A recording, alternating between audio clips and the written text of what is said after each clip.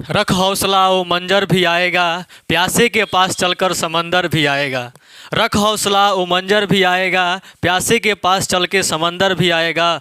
थक कर ना बैठे मंजिल के मुसाफिर, मंजिल भी मिलेगी और मिलने का मज़ा भी आएगा। तो आइए मेरे प्यारे और भाइयों, आप सभी का फिर से एक बार मोस्ट वेलकम है आपका अपना यूट्यूब चैनल देहाती कॉन्सेप्ट पर। जैसा कि आपको पिछला वीडियो में बताया गया था कि एक क्लास चलेगी आपके लिए हर रोज़, जिसमें आपके हर रोज़ हर एक क्लास में आपका नंबर गेन होगा। क्या बताया गया था कि जो इंग्लिश का एग्ज़ाम है 7 फरवरी को, उसमें जो सब्जेक्टिव का तैयारी होगा उसका जिम्मा मैं खुद लिया हूँ और उसको निभाने के लिए हम तैयार हैं। तो आइए, आज हम बोले थे कि एक पैसेज का वीडियो बताएंगे कि पैसेज को कैसे हम सॉल्व करते हैं एग्ज़ाम में। पैसेज किस तरह से आएगा, कैसे उसको सॉल्व करना है, क्या उसका नियम है, एक मतलब तरीका से कैसे उसको सब मतलब आसानी से, मतलब छोटा सा वीडियो में आप ये सीख जाएंगे कि एग्ज़ाम में जो 4 मार्क्स का जो हमारा पैसेज आता है 7 नंबर पर सब्जेक्टिव में, उसको कैसे हल करना है और 4 नंबर आसानी से पा लेना है। तो चलिए, आज का वीडियो होगा ये पैसेज का। टॉपिक का नाम है पैसेज। तो देखिए, सबसे पहले ये बताएंगे कि पैसेज बनाने का नियम क्या होता है, और आप लोग कॉपी पेन लेकर रेडी हो जाइए ताकि उस चीज़ को आप नोट डाउन कर लीजिएगा, क्योंकि अब एग्ज़ाम का समय बहुत नज़दीक है भाई, बहुत ज़्यादा दूर नहीं है एग्ज़ाम का समय। बहुत मात्र 15 दिन का समय बचा है, और इसी 15 दिन में आप अपना पूरा जान लगा दीजिए, पूरा आप एनर्जी लगा दीजिए, और हम आपके साथ इंग्लिश के लिए अवेलेबल हैं, बस सब्जेक्टिव के लिए। हम खुद बोले हैं कि ऑब्जेक्टिव का जिम्मा आपका है और सब्जेक्टिव का जिम्मा मेरा है। तो आज का जो वीडियो है, अगर आज का वीडियो आप पूरा अच्छी तरह से देख ले रहे हैं, पूरा वॉच कर ले रहे हैं, तो आप 4 नंबर आपका फिक्स हो गया, समझिए। आपका 4 नंबर आपका कोई नहीं ले सकता है, ठीक है। तो चलिए स्टार्ट कर रहे हैं। लिखेंगे सबसे पहले कि पैसेज बनाने का नियम। पैसेज बनाने का नियम। पैसेज बनाने का नियम। कैसे पैसेज को हम बहुत कम समय में, ज़्यादा समय नहीं, बहुत कम समय में एग्ज़ाम में हम पैसेज को हल करेंगे, और एक अच्छा तरीका से हल करेंगे जिससे हमारा पूरा 4 मार्क्स मुझे मिल जाए। तो देखिए, आइए ध्यान से समझिएगा। देखिए, अगर जो एग्ज़ाम में आपका पैसेज आएगा उसको देखिए आसानी से सॉल्व करना है। कैसे? सबसे पहले क्या करना है कि सबसे पहले उसको देखिए, जो आपका पैराग्राफ होगा उसमें सबसे पहले पैराग्राफ को नहीं पढ़ना है। किसको नहीं पढ़ना है? उस पैराग्राफ को नहीं पढ़ना है। जो उसमें दिया गया क्वेश्चन है पहले उसको पढ़ना है। उसमें क्वेश्चन क्या दिया गया है, मतलब सबसे पहला पॉइंट होगा कि दिए गए क्वेश्चन को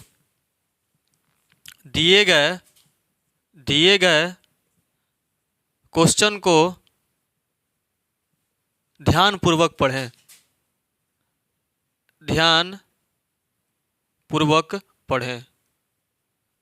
देखिए दोस्त, जैसे मैं बता रहा हूँ, जैसे मैं समझा रहा हूँ, अगर उस तरह से आप पैसेज को सॉल्व करेंगे, पैसेज को, तो आपका पैसेज आसानी से सॉल्व हो जाएगा और आसानी से आप 4 मार्क्स में कोई परेशानी नहीं होगी। तो देखिए, सबसे पहले करना क्या है कि जो 7 नंबर पर पैसेज आएगा उस पैसेज को ध्यान नहीं देना है।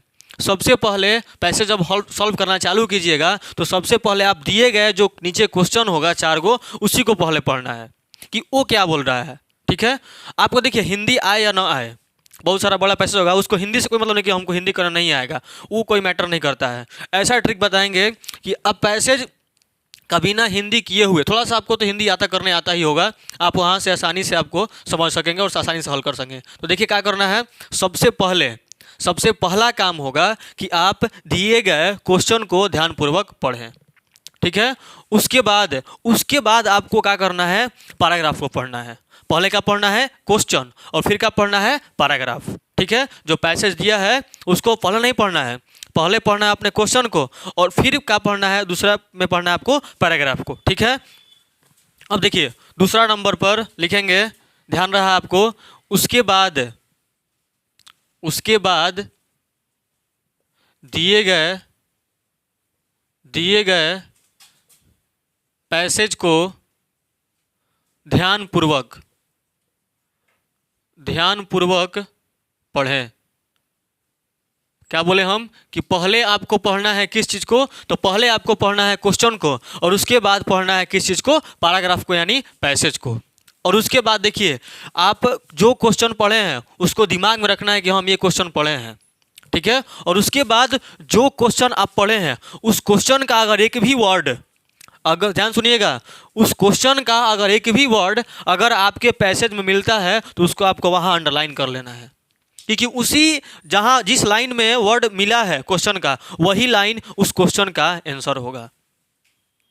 ध्यान समझिए कि पहले आपको पढ़ना है दिए गए क्वेश्चन को, उस पैसेज का क्वेश्चन कौन कौन है, उसके बाद पढ़ना है पैराग्राफ को, और जो भी वर्ड क्वेश्चन का पैराग्राफ में मिलेगा उसको उसी समय पेन से आपको अंडरलाइन कर लेना है, क्योंकि वही वर्ड, वही जिस लाइन में वो वर्ड है वही लाइन उस क्वेश्चन का आंसर होगा।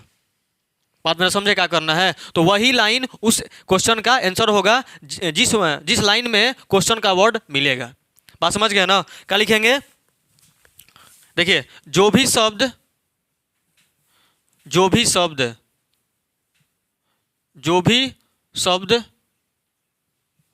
क्वेश्चन का पैराग्राफ में यानी पैसेज में मिले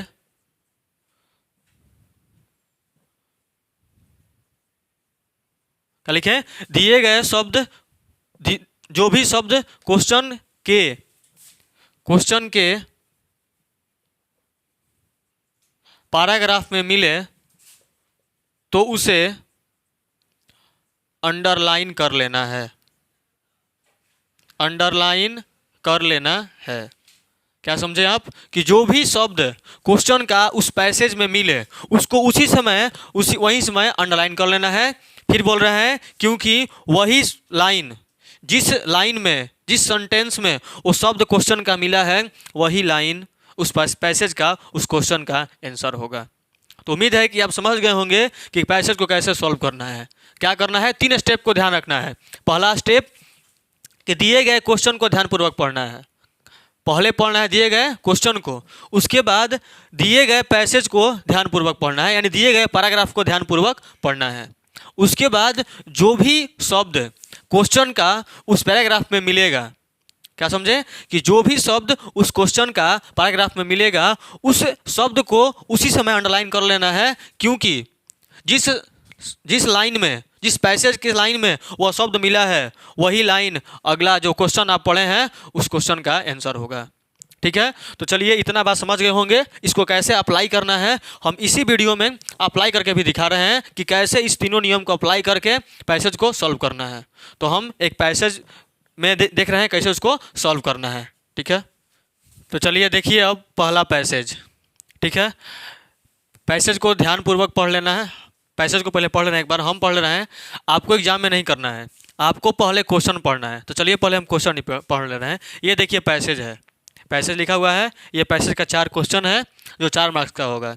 तो पहले हम क्या बोले हैं, 3 स्टेप बोले हैं। ठीक है, क्या बोले हैं, 3 स्टेप बोले हैं। 3 स्टेप में क्या बोले हैं कि पहले आपको दिए गए क्वेश्चन को पढ़ना है। क्या पढ़ना है, पहले आपको दिए गए क्वेश्चन को पढ़ना है और फिर उसके बाद आपको क्या पढ़ना है, तो पैसेज को पढ़ना है, यानी पैराग्राफ को पढ़ना है। तो देखिए भाई, सबसे पहले क्वेश्चन जो दिया है what do trees do, what do trees do, मतलब इसका हिंदी होगा कि पेड़ क्या करते हैं, पेड़ क्या करते हैं। ठीक है, उसके बाद अगला क्वेश्चन है कि what has aggravated the ecological problem, what has aggravated the ecological problem, मतलब किन कारणों से पारिस्थितिक समस्या और बढ़ती जा रही है। ठीक है, तीसरा क्वेश्चन है which practice have we still not stopped, मतलब अभी तक, इसका होगा कि हमने अभी तक कौन सी प्रथा बंद नहीं की है। ठीक है, उसके बाद चौथा है कि मेक ए सेंटेंस, और किससे, प्रोटेक्ट से सेंटेंस बनाना है। तो ये था 4 क्वेश्चन। हिंदी नहीं भी आए तो नहीं घबराना है, हम पहले ही बोले हैं कि पैसेज बनाते समय इस वीडियो में 3 बातों का ध्यान रखना है, 3 स्टेपों का ध्यान रखना है, जिसमें पहला स्टेप है कि सबसे पहले दिए गए क्वेश्चन को पढ़ना है, उसके बाद दिए गए पैराग्राफ को पढ़ना है, और तीसरा बात कि जो भी वर्ड इस क्वेश्चन का इस पैराग्राफ में मिले उसी समय उस लाइन को अंडरलाइन कर लेना है, और वही लाइन उस क्वेश्चन का आंसर होगा जहां जिस क्वेश्चन का शब्द इस पैराग्राफ में मिला है। तो चलिए स्टार्ट कर रहे हैं। पहला question, what do trees do. देखिए तो देखेंगे, दिया है trees protect the environment and provide oxygen. मतलब जो पेड़ हैं ये क्या करते हैं, तो पर्यावरण की रक्षा करते हैं और हमें ऑक्सीजन प्रदान करते हैं। Trees protect the environment and provide oxygen. जो पेड़ हैं ये पर्यावरण की रक्षा करते हैं और हमें ऑक्सीजन प्रदान करते हैं। उसके बाद तो देखिए पहला मिल गया। पहला का जो क्वेश्चन होगा, व्हाट डू ट्रीज डू, का यही लाइन होगा कि trees protect the environment and provide oxygen. पहले हम पूरा पैराग्राफ पढ़ ले रहे हैं। फिर दिया है कि दे प्रिवेंट सॉइल इरोसिन। मतलब ये मिट्टी के कटाव को भी मतलब कम करते हैं। कौन? पेड़। उसके बाद दिया है excessive cutting of trees have aggravated many ecological problem. मतलब कि पेड़ों की अत्यधिक कटाई है वो क्या की है, तो बहुत सारी मतलब कई पारिस्थितिक प्रॉब्लम को बढ़ावा दे दी है। क्या समझे कि excessive cutting of trees have aggravated many ecological problem. मतलब जो पेड़ों का अत्यधिक कटाई है वो क्या किया है, तो बहुत सारी पारिस्थितिक समस्याओं को और बढ़ावा दे दिया है। उसके बाद है despite many awareness campaignings people have not put an end to the practice of cutting trees. मतलब कि कई सारी बहुत मतलब अनेक जागरूकता अभियान के बावजूद लोगों ने पेड़ की कटाई करना बंद नहीं की है। बहुत सारा अभियान चला, लेकिन फिर भी चिपको आंदोलन जैसा बहुत सारा अभियान चला जिससे कोई उन पर लोगों पर फर्क नहीं पड़ा और लोगों ने पेड़ की कटाई चालू रखा, बंद अभी तक नहीं किया। एक प्रथा बन गया, पेड़ को काटो, बहुत सारा पेड़ को काट के घर बनाओ। ठीक है, तो मतलब वही था। आगे देखिए, उसके बाद है, कहाँ थे, यहाँ पर थे। इसके बाद यह है we do not realise that by disturbing the ecological balance in nature. मतलब कि हमें यह एहसास नहीं है कि प्रकृति का जो पारिस्थितिक संतुलन है वो हम बिगाड़ रहे हैं। और बिगाड़ने कारण क्या हो रहा है कि we are ourselves paving the way for break down of the life support system. मतलब कि जो हमारा अपना जीवन सहायक तंत्र है उसको हम उसके मतलब टूटने की रास्ता को हम क्या कर रहे हैं और बढ़ावा दे रहे हैं। ठीक है, तो वही था ये पैसेज। अगर हिंदी याद है, नहीं भी है तो ध्यान मत रखिए। अब आइए क्वेश्चन पर और इस पैसेज को सॉल्व कीजिए। देखिए दिया है व्हाट डू ट्रीज डू। मतलब पेड़ क्या करते हैं, तो पेड़ क्या करते हैं भाई, तो पहले ही मिला है कि trees protect the environment and provide oxygen. तो यही इस क्वेश्चन का इस उत्तर होगा, यही लाइन इस पैसेज का उत्तर होगा। तो बस लिख देना है। क्या लिखना है, यहाँ पर लिख देंगे आंसर में। क्या लिखेंगे आंसर में, ध्यान दीजिएगा, एक बार थोड़ा सा मिस्टेक हुआ है। Trees protect the environment and provide oxygen. ठीक है, पहला क्वेश्चन का आंसर मिल गया, आसानी से मिल गया। Trees protect the environment and provide oxygen. ठीक है, उसके बाद ये दूसरा क्वेश्चन पर what has aggravated the ecological problem. ठीक है, किन कारणों से जो पारिस्थितिक समस्या है वो बढ़ती जा रही है। तो देखिए मिलाइए, ये एग्रेवेटेड और इकोलॉजिकल, ये जो वर्ड है ये कहाँ मिल रहा है पैसेज में। जो आपको वर्ड दिख रहा है एग्रेवेटेड द इकोलॉजिकल प्रॉब्लम, ये कहाँ मिला, तो ध्यान दीजिए। यहाँ देखिए excessive cutting of trees have aggravated many ecological problems. मिल गया ना। ये जो लाइन है, ये आपका जो लाइन दिख रहा है, ये सेकंड क्वेश्चन का आंसर होगा, क्योंकि जो सेकंड क्वेश्चन में वर्ड है इस लाइन में मिलता जुलता लग रहा है, मिल रहा है एकदम। देखिए एग्रेवेटेड इकोलॉजिकल प्रॉब्लम। तो मतलब हिंदी नहीं भी आता होगा तो आप ये समझ जाइएगा कि इस क्वेश्चन का यही लाइन आंसर होगा पैसेज का। तो बस लिख देना है, उसी को यहाँ से उठा देना है शुरू से। इसका आंसर होगा, क्या होगा, तो excessive cutting of trees have aggravated many ecological problems दो क्वेश्चन आप आसानी से सॉल्व कर लिए, हो गया, दो क्वेश्चन आसानी से सॉल्व हो गया। देखिए जो मतलब पेड़ों की अत्यधिक कटाई है वही बहुत अनेक पारिस्थितिक समस्याओं को बढ़ावा दे रही है। ठीक है, उसके बाद देखिए 3 नंबर, विच प्रैक्टिस है वी स्टिल नॉट स्टॉपेड, मतलब हम लोग कौन सी प्रथा अभी तक बंद नहीं किए हैं। तो देखिए इसका जो इस क्वेश्चन का जो आपका वर्ड है वो इस पैसेज के किस लाइन में मिल रहा है ढूंढिए। तो आगे बढ़िए, despite many awareness campaignings people have not, देखिए people have not put an end to the practice of cutting trees, मतलब जो पेड़ काटने की प्रथा है उसको लोगों ने बंद नहीं किया है। यही ना आंसर है। तो बस देखिए आगे क्या लगा देना है, लिख देंगे आंसर में, इस लाइन का आंसर लिखेंगे यहाँ से, लिखेंगे यहाँ से कि we have not put an end, देखिए यहाँ से पीपल के साथ हम वी लगा दिए, चाहे पीपल भी आप लिख सकते हैं यहाँ, क्योंकि यहाँ पर देखिए विच प्रैक्टिस है वी लगाया है, यहाँ पर वी स्टिल नॉट स्टॉप, हम लोगों ने कौन सी प्रथा बंद नहीं किया है, तो लोगों की जगह पर हम क्या लगा दिए हैं we have not put an end to the practice of cutting trees, मतलब इसका हिंदी होगा कि हम लोग अभी तक जो पेड़ काटने की प्रथा है उसको हम लोग बंद नहीं किए हैं। क्वेश्चन ये पूछा था कि अभी तक हम लोग कौन सी प्रथा बंद नहीं किए हैं, तो इस पैसेज के अनुसार हम लोग अभी तक पेड़ काटने की प्रथा को बंद नहीं किए हैं। तो देखिए जो बस मतलब इस क्वेश्चन का जो वर्ड मिला है इस लाइन में ढूंढ लिए हैं, देखिए इस लाइन में ढूंढे हैं ना, यहाँ पर मिला है देखिए स्टिल नॉट स्टॉपेड, देखिए यहाँ पर वही मिलेगा कि have not put an end to the practice of cutting trees, मतलब पेड़ काटने की प्रथा को हम लोग अभी तक बंद नहीं किए हैं। चौथा देखिए सेंटेंस बनाना है, कभी कभी सेंटेंस बनाने को दे देता है, तो देखिए सेंटेंस भी कैसे दिया है, तो कैसे दिया है प्रोटेक्ट से, तो बस इसी में से उठाना भाई, प्रोटेक्ट कहाँ मिल, देखो इस पूरे पैसेज में प्रोटेक्ट वर्ड किस लाइन में मिल रहा है, तो देखो यहाँ पर मिल रहा है ना प्रोटेक्ट, तो बस इसी लाइन को उठा के यहाँ पर रख दो, बस समझ गए, लिख दो इतना ही कि ट्रीज प्रोटेक्ट द इन्वायरमेंट, जो पेड़ हैं क्या करते हैं, पर्यावरण की रक्षा करते हैं, लिख देंगे यही वाला कि ट्रीज प्रोटेक्ट द इन्वायरमेंट। ठीक है, देखिए आसानी से हम 4 क्वेश्चन सॉल्व कर लिए, जो वही 3 स्टेप था इस वीडियो का, उसी स्टेप से हम चारों क्वेश्चन को आसानी से सॉल्व कर लिए। जो क्वेश्चन का वर्ड मिला है इस पैसेज के लाइन में, उसी हम लाइन को उतार दिए हैं और वही हमारा आंसर, और आसानी से आपका अगर इतना आप लिख देते हैं अच्छा से, तो आपको आसानी से एग्जाम में 4 मार्क्स मिल जाएगा और 4 मार्क्स कोई नहीं काटेगा।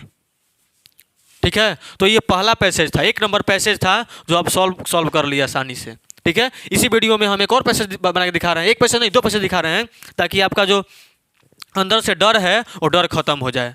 ठीक है, जो पैसेज का डर बनता है, पैसा सॉल्व कैसे होता है, नंबर मिलता नहीं मिलता है, 4 नंबर कोई नहीं काटेगा, अगर मेरे बातों को आप ख्याल रखेंगे तो 4 नंबर कोई नहीं काटेगा। ठीक है, तो देखिए एक पैसेज हो गया, अगर इसमें थोड़ा सा समझ में आया है तो आपको अगला पैसेज में पूरा समझ में आ जाएगा। चलिए देखिए दूसरा पैसेज, कौन सा पैसेज, दूसरा पैसेज। देखिए पहले हम क्या बोले थे कि क्वेश्चन को पढ़ना है, पढ़िए पहले क्वेश्चन को। दिया है which planet is nearest to the sun, कौन सा ग्रह है जो सूर्य से नज़दीक है, कौन सा ग्रह सूर्य से नज़दीक है।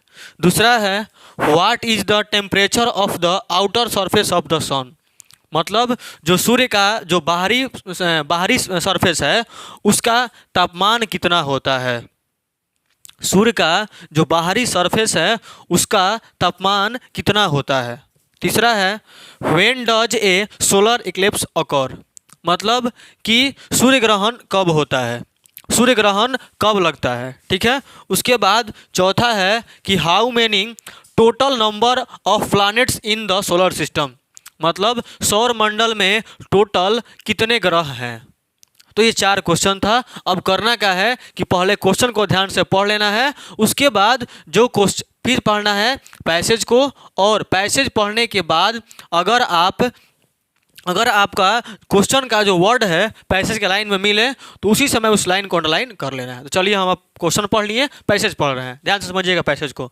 दिया है the sun is a star, मतलब कि सूर्य एक तारा है, सूर्य क्या है, एक तारा है।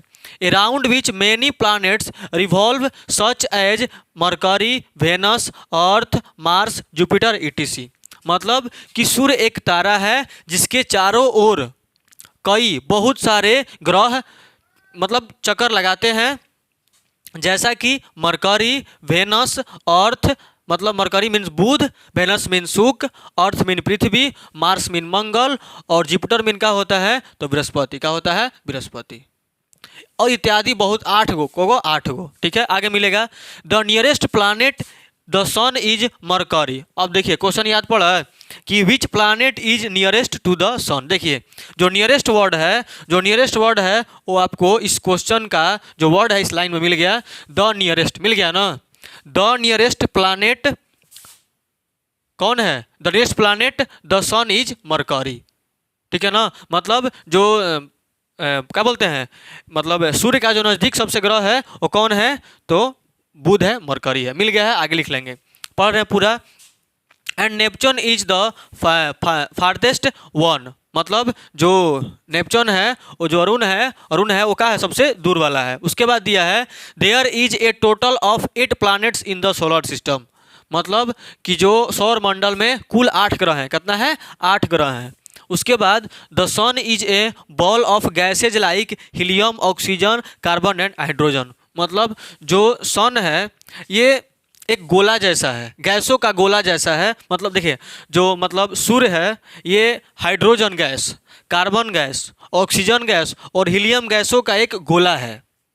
ठीक है, उसके बाद the temperature of the outer surface of the sun is around 600। कितना, हम अब कन्फ्यूजन है कि 600 नहीं 6000 होगा, 6000 मतलब 6000 डिग्री सेल्सियस है। मतलब जो सूर्य का बाहरी तापमान है कितना है 6000 डिग्री सेल्सियस है। उसके बाद दिया है the sun plays an important role in eclipse. मतलब ये सूर्य ग्रहण में सबसे महत्वपूर्ण भूमिका निभाता है। उसके बाद a solar eclipse occurs when the moon comes between the sun and the earth. मतलब सूर्य ग्रहण तब होता है जब चांद, सूर्य ग्रहण तब होता है जब चांद किसके किसके बीच तो सूर्य और पृथ्वी के बीच में आता है। क्वेश्चन मिल रहा है देखिए यहाँ पर, when does a solar eclipse occur. तो यही होगा कि कहाँ है, यहाँ से ये solar eclipse occurs when the, देखिए ये a solar eclipse occurs when the moon comes between the sun and the earth. यहाँ तक 3rd नंबर क्वेश्चन का आंसर होगा। सेकंड क्वेश्चन का होगा कि what is the temperature of the outer surface of the sun. तो कितना देखिए पैसेज में क्या दिया है यहाँ पर, द टेम्परेचर मिल गया ना word, the temperature of the outer surface of the sun is around 6000 degree Celsius. यहाँ तक 3 को हो गया ना। चौथा देखिए, पहला का यहाँ था यहाँ पर the nearest planet the sun is Mercury. यहाँ तक था पहला का ये 1 नंबर का था और इसके बाद ये 2 नंबर का था और ये आपका कहाँ से ये था 3 नंबर का। तो हर चीज़ तो मिल गया। चौथा देखिए कि how many total number of planets in the solar system. तो देखिए वो भी है, देयर इज, कहाँ पर मिला, there is a total of 8 planets in the solar system. चौथा यहीं पर भी है। हर चीज़ तो मिल ही गया। आगे थोड़ा सा पढ़ रहे हैं। सूर्य यहाँ तक थे ना कि सूर्य ग्रहण कब होता है, जब चांद और पृथ्वी के बीच में कहा जाता है, सॉरी क्या बोले हैं, a solar eclipse occurs when the moon comes between the sun and the earth. मतलब कि जब सूर्य ग्रहण तब होता है जब चांद किसके बीच आता है तो पृथ्वी और अर्थ के बीच, पृथ्वी और सन के बीच। आगे बढ़ रहे हैं, वेयर एज, ऐसा ही ए लूनर इक्लिप्स, चंद्र ग्रहण कब होता है when the earth comes between the sun and the moon. चंद्र ग्रहण तब होता है जब जो पृथ्वी है ये सन और मून के बीच में आ जाता है। बात समझ गया ना। सूर्य ग्रहण कब होता है, सूर्य ग्रहण तब होता है जब किसके बीच तो सन और सूर्य और पृथ्वी के बीच कौन आता है, मून, तब लगता है सूर्य ग्रहण। और सन और मून के बीच जब आता है अर्थ तब का लगता है चंद्र ग्रहण। तो ये था पैसेज का हिंदी याद नहीं है फिर भी आंसर आप बना लिए हैं। तो देखिए पहला है which planet is nearest to the sun. तो क्या लिखेंगे कौन सा है, मरकरी है ना। तो लिख सकते हैं ऐसे भी आप कि Mercury is the nearest planet to the sun. ठीक है, जो मरकरी है, जो बुध है, ये सब सूर्य का सबसे निकटतम ग्रह है। ठीक है, दूसरा देखिए, what is the temperature of the outer surface of the sun. सूर्य का जो बाहरी परत है उसका तापमान कितना होता है, तो देखिए यहाँ पर लिखा है द टेम्परेचर ऑफ द, लिखेंगे आंसर में the temperature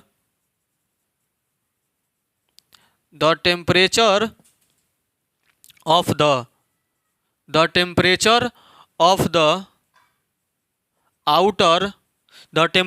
the outer surface of the sun is around 6, यहाँ पर कन्फ्यूजन है, देख ले रहे हैं एक बार क्या है, 600 है कि 6000 है, 6000 है। ठीक है, लिखेंगे 6000 डिग्री सेल्सियस, दूसरा का आंसर हो गया।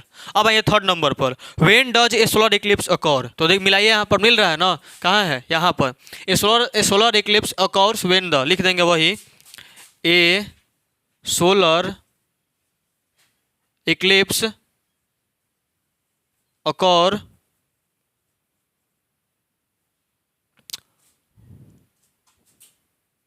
व्हेन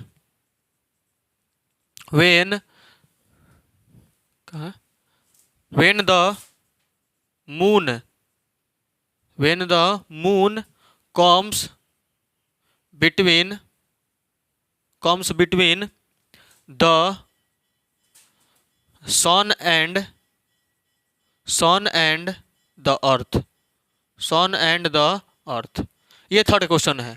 ठीक है, चौथा देखिए, how many total number of planets in the solar system. तो क्या वही लिख देंगे, यहाँ पर मिल ही रहा है कि there is a total of 8 planets in the solar system. तो लिख देंगे कि देयर इज, वही line, there is a total of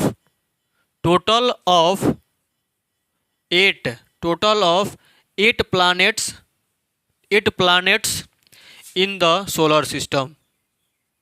in the solar system. ठीक है भाई, तो अब ये उम्मीद होगा कि आपको पैसे सॉल्व करने में कोई परेशानी नहीं होगी और एग्ज़ाम हॉल के अंदर आप आसानी से बहुत कम समय में इस ट्रिक के माध्यम से, इस कॉन्सेप्ट के माध्यम से आप पैसेज को सॉल्व कर लेंगे। ठीक है, तो चलिए आज की अगर आपके पास पहुंचा है और आप इस वीडियो को पूरा तरह से वॉच कर लिए हैं और अच्छी तरह से नोट्स में लिख लिए हैं, तो आपका एग्ज़ाम में जो सब्जेक्टिव का 50 नंबर है, आप किसी भी स्ट्रीम से हो, साइंस हो, आर्ट्स हो या कॉमर्स हो, पैसेज इंग्लिश में पैसेज आएगा और आप आसानी से 4 नंबर गेन कर सकते हैं, आसानी से आप 4 मार्क्स गेन कर लेंगे। ठीक है, तो चलिए ऐसे ही ये सीरीज लगातार चलता रहेगा और हर रोज़ आपका मतलब हर एक क्लास कीजिए और हर क्लास में आपका कुछ ना कुछ नंबर बढ़ेगा यहाँ से क्लास करने के बाद। और आप देखिए, जो भी समय भाई बचा है, अब जितना दिन भी समय बचा है, आप उस दिनों में सब कुछ छोड़ दीजिए, जो भी आपके पास है, कोई भी जैसे हो गया सोशल मीडिया, आपको जो भी चीज़ इस एग्ज़ाम की तैयारी से रोक रहा है, उसको आपको मतलब डिएक्टिवेट कर रहा है, तो उस चीज़ को आप वहाँ से हटा दीजिए। ठीक है, जैसे आप इंस्टाग्राम छोड़ दीजिए, व्हाट्सअप छोड़ दीजिए, व्हाट्सअप स्टेटस छोड़ दीजिए, जो भी हो, फेसबुक छोड़ दीजिए, दोस्त छोड़ दीजिए, हर चीज़ को छोड़ दीजिए, हर चीज़ को आप इग्नोर कर दीजिए 10 से 15 दिन, क्योंकि यही 10 से 15 दिन आपका एक मतलब जो आगे का भविष्य है वो तय करेगा। ठीक है, देखिए भाई, अगर जो भी दोस्त नाता के चक्कर में रहेंगे तो आपका रिजल्ट ख़राब हो सकता है, और जब रिजल्ट ख़राब होगा तो आपको कोई नहीं पूछेगा, वही लोग ताना मारेंगे जो अभी आपके साथ है। ठीक है, सब लोग का साथ छूट जाएगा। और देखिए भाई, लड़का लोग का तो वही है कि जब आपके पास रिजल्ट अच्छा नहीं होगा, अच्छा मार्क्स नहीं होगा, अच्छा आपके पास पैसा नहीं होगा, आपके पास कामयाबी नहीं होगा, तो आपका कोई नहीं है। ठीक है, जो आपके साथ है आज वो भी कल साथ छोड़ देगा। तो भाई सब कुछ छोड़कर आप अपने रिजल्ट पर, जो आपका जो एग्ज़ाम है 7 फरवरी का, चाहे जो भी एग्ज़ाम है 2 फरवरी से, सब पे आप लगे रहिए और भाई दिन और रात आप एक कर दीजिए, जितना मेहनत करना है कर लीजिए, क्योंकि जो भी लोग हैं आपके आसपास के लोग, वो आपके रिजल्ट को पूछेंगे और उनका ये लालसा नहीं होगा ना कि आपका रिजल्ट बेहतर हो। ठीक है, उनका यही लालसा होगा कि आपका रिजल्ट कैसे भी खराब हो जाए। तो आस पड़ोस के जो लोग हैं, जो आपके माता पिता आपसे आस लगाए हुए बैठे हुए हैं कि मेरा बेटा का रिजल्ट आएगा, और हम पड़ोसी के सामने अपना रिजल्ट बेटे को शान से बताएंगे, तो उस शान को आप झुकने नहीं दीजिएगा भाई, और मेहनत करके कैसे भी आप अच्छा मार्क्स लाइएगा। और उसके लिए हम आपका साथ दे रहे हैं। इंग्लिश के लिए ऑब्जेक्टिव मतलब सब्जेक्टिव का तो साथ हम दे ही रहे हैं, और पूरा तरह से साथ देंगे। और अंत में यही कहेंगे कि आप भी मेरा साथ दीजिए। आपको क्या करना है, तो इस वीडियो को, जो वीडियो आपको मतलब विश्वास है कि आपको समझ में आ गया होगा, तो इस वीडियो को आप ज़्यादा से ज़्यादा शेयर कीजिए अपने दोस्तों के पास, अपने भाइयों के पास, हर जगह शेयर कीजिए, व्हाट्सअप में, इंस्टा में, हर जगह शेयर कीजिए। ठीक है, शेयर करके बस छोड़ दीजिए, बाकी बाद में नहीं चलेगा, मना किया है। ठीक है, शेयर कीजिए और आप सब्सक्राइब कीजिए चैनल को, ताकि अगला वीडियो आपके पास पहुंच जाए।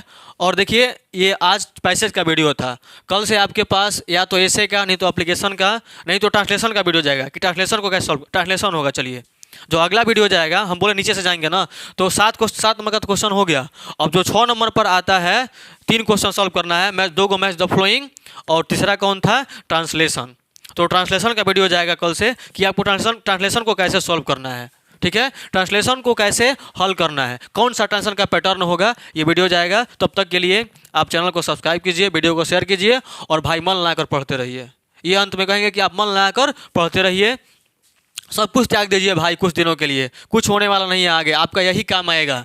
ठीक है, तो देखिए भाई, लड़का लोग को तो बार बार बोले हैं ना कि आपके पास अगर अच्छा रिजल्ट नहीं होगा, आपके पास अच्छा मार्क्स नहीं होगा, तो आपको कोई नहीं पूछेगा, आपके पास पैसा नहीं होगा तो कोई नहीं पूछेगा। तो आप उस पर ध्यान दीजिए। तब तक के लिए जय हिंद, थैंक्स, मिलते हैं अगले वीडियो में।